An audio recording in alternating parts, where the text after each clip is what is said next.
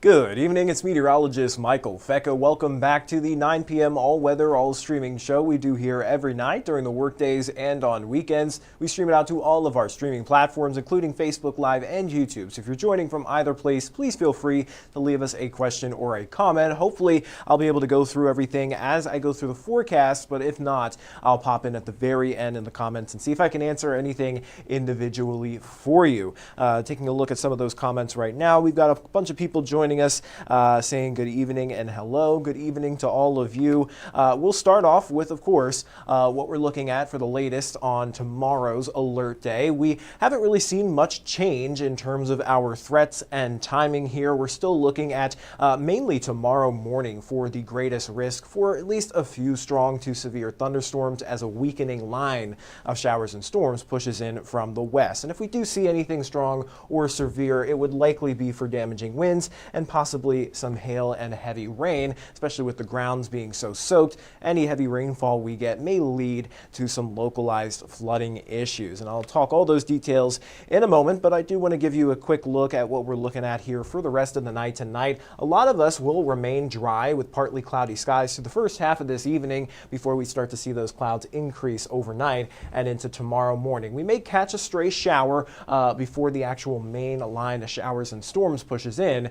through tomorrow morning. So let's take a look at what's going on out there right now. And here within the tri-state, we're not looking at anything. We did have one spot shower pop up across portions of Ohio County, but now it's all dry out there and will likely stay dry here through much of this evening. But if you pull out and look back to our west, here is that developing storm system that's going to bring us that chance for those showers and storms through tomorrow morning. And it's the storms that we're seeing pop up across portions of Oklahoma, there in Kansas, and now pushing into Missouri. This is all going to kind of grow upscale and then eventually push in from the west as it weakens. So taking a look at the severe risk, the greatest risk for that severe thunders or for severe weather is right where we're seeing it line up right now across portions of Kansas, Nebraska, down into Oklahoma, western Missouri, and even into portions of Arkansas. But this all will push eastward and weaken. So here within the tri-state, we're still looking at that level 1 risk for severe thunderstorms. So widespread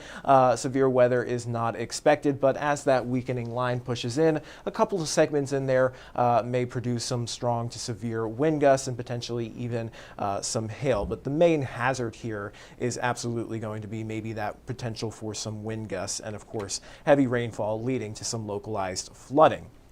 Now, taking a look at timing, not a huge change in our timing here. We're still expecting these storms to get going at least into southern Illinois by around 6 o'clock tomorrow morning. And then it will kind of take its time pushing through the rest of the tri-state. So it doesn't really punch through the Evansville area until around 7 to 10 o'clock tomorrow morning, and then through western Kentucky through the late morning and into the afternoon. And I think the main severe weather threat here will come to an end by around noon tomorrow. But we're still going to have lingering shower activity and some rumbles of thunder here behind that line.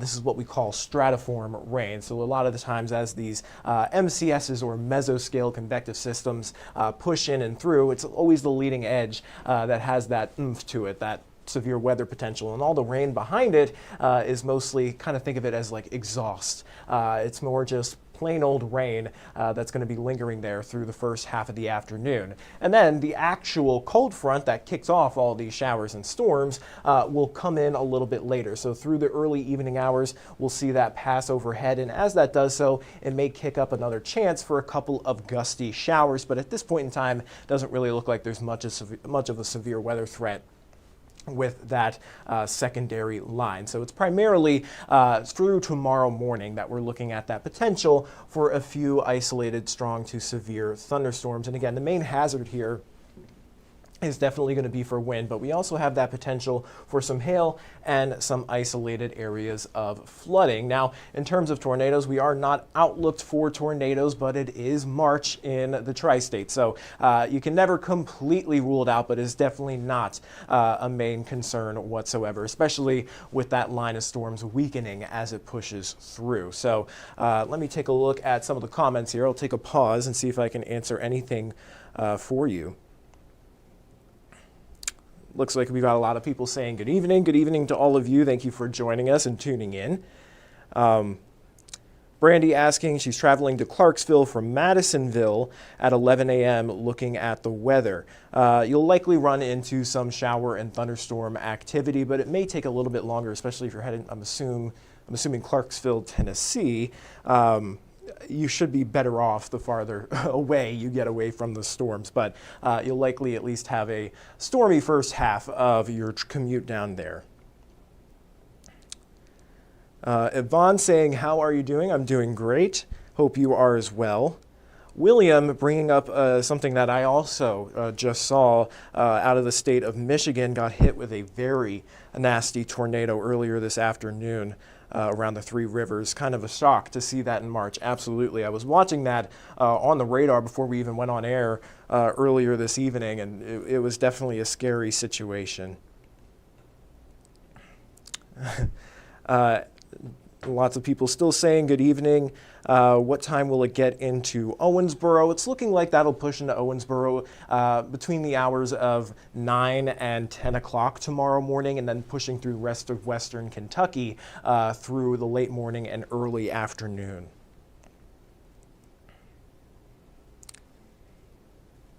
Hello from Vincennes. Angie says, it was a super nice day. It was 80 here. Will the rainfall be all day Saturday? It's looking mainly like the first half of Saturday and into the first part of Saturday afternoon, especially if you're going to be up in Vincennes. I think that rain probably clears out a lot earlier for you guys, but here within the tri-state, it'll probably linger there through around 3 o'clock tomorrow afternoon. So that's what we'll be looking at. JD asking if there's going to be any severe weather on Tuesday. I'll talk about that coming up in just a moment, but I want to focus mainly on what our threats are headed into tomorrow. All right. So I'm not seeing any other questions about what we're looking at for tomorrow, so that's good. Hopefully I answered everything for you. But looking ahead here, I want to talk about a little bit of the rainfall. Of course, rain has been an everyday occurrence here since we turned the page into the month of March. And with tomorrow's showers and storms, we're looking at anywhere between 1/4 to 1/2 inch of rainfall. Of course, with any locally heavy downpours or showers, you may see some higher amounts, which is why we still have that localized flooding risk. And before we talk about anything through next week, I also want to talk about today because it was a record warm day. We saw temperatures climb well above average all the way into the upper 70s and lower 80s across the tri-state, and that was actually record breaking. The previous record in the Evansville area was actually 77, set back in 2023. So it wasn't a long record there, but it was definitely impressive to see that here as we went through the month of March. And then looking ahead outside of this weekend, we are going to warm right back up with more storms on the way for the middle of next week, which should hopefully answer JD's question. But 81 degrees today was our high here in the Evansville area, and looking at that departure from normal, that's nearly 30 degrees above average. So it's super rare to see that kind of weather here so early in the month of March. It was feeling a lot more like May. But since this afternoon, we have cooled down mostly into the upper 60s to around 70 degrees, sitting at around 70 here in Evansville, 67 in Owensboro, also there in Fairfield, around 69 in Henderson. We should settle into the mid to maybe even upper 60s overnight tonight. Winds will remain out of the south and likely even increase a little bit with gusts up to 20 miles per hour, especially as that front moves in early tomorrow morning. So it will still be breezy even through tomorrow, and then of course we'll only warm up into the upper 60s for most of us through tomorrow afternoon out ahead of that actual front. Now taking a look at our Sunday, it's going to be a much different day on Sunday. Definitely the pick of the weekend. Once those showers and storms clear out of here by Sunday afternoon, we'll hold on to that chance for a stray shower or two for Saturday evening, and then we should start to gradually dry out and clear out overnight headed into Sunday morning. So we'll wake up maybe seeing some cloud cover early Sunday morning, but that cloud cover should gradually dissipate through Sunday afternoon. And we should see a return of mostly sunny skies, and that'll also lead us into a pretty sunny start to our work week as well. And temperatures will be cooler out there, only in the lower 60s for our Sunday, so it'll feel nice and refreshing, still gorgeous and well above average, around 10 degrees above average even behind that front. And then we warm right back up into the mid to even upper 70s possibly by the middle of next week, and that's what's going to kind of initiate our next round of some showers and storms there Tuesday and into Wednesday. And then behind that system is when temperatures actually return to near normal for at least one day. Thursday will top out in the mid 50s before we climb back up again into the lower 60s for the end of next week.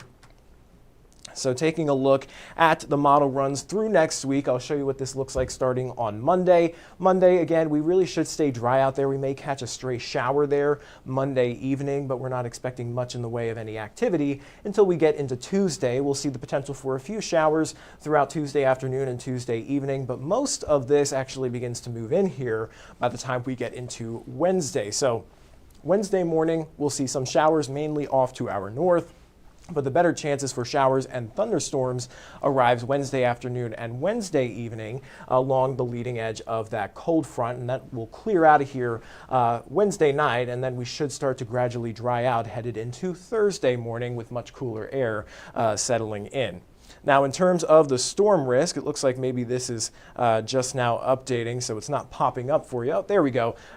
Looking at the storm risk, it looks like just off to our west here within the tri-state, portions of southern Illinois being included in that 15%, but I think the best chances for that severe weather will be well off to the south and west of the tri-state through areas like Missouri, Arkansas, and into Oklahoma and Kansas, similar to where they're seeing that severe weather right now.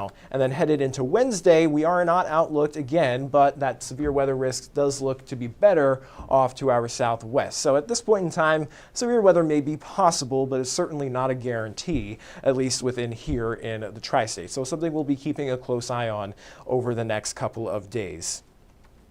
And then in addition to the potential for any severe weather, it's been rainy, and that is going to catch up to us. We started off yesterday morning with very heavy rainfall and thunderstorms that led to some flooding issues across the tri-state. And since then, all that water is just continuing to funnel into our creeks, streams, and rivers here. So we have river flood warnings in effect until Saturday 1 a.m.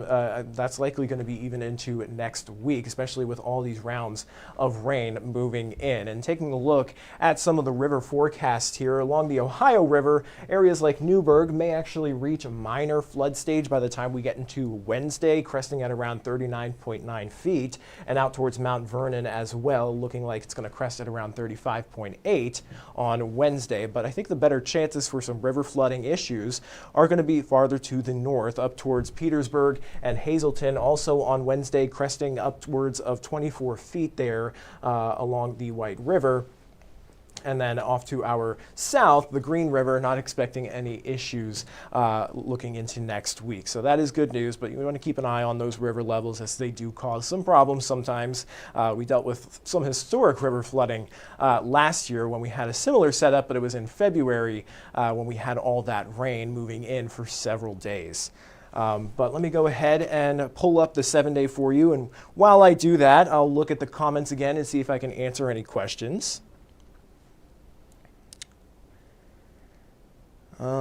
Christina is asking about Muhlenberg around 11 a.m. It's likely going to be thunderstorming still at 11 a.m. there in Muhlenberg County. So, you want to make sure you have a way to receive warnings. Again, we're not expecting widespread severe weather or anything particularly strong with this. Again, that line of showers and storms will be weakening as it pushes in from the west, but you definitely still want to remain vigilant and have that alert system set up on your 14 First Alert weather app so you get notifications relevant to wherever you are within the tri-state. And then it looks like Laura Gray bringing up a great point. Don't forget to spring forward this weekend. That's going to be happening Saturday night before you go to bed. So make sure you set those alarm clocks 1 hour ahead of time so you're waking up on time for Sunday so that you can actually enjoy the second half of the weekend. You don't want to sleep in and miss it.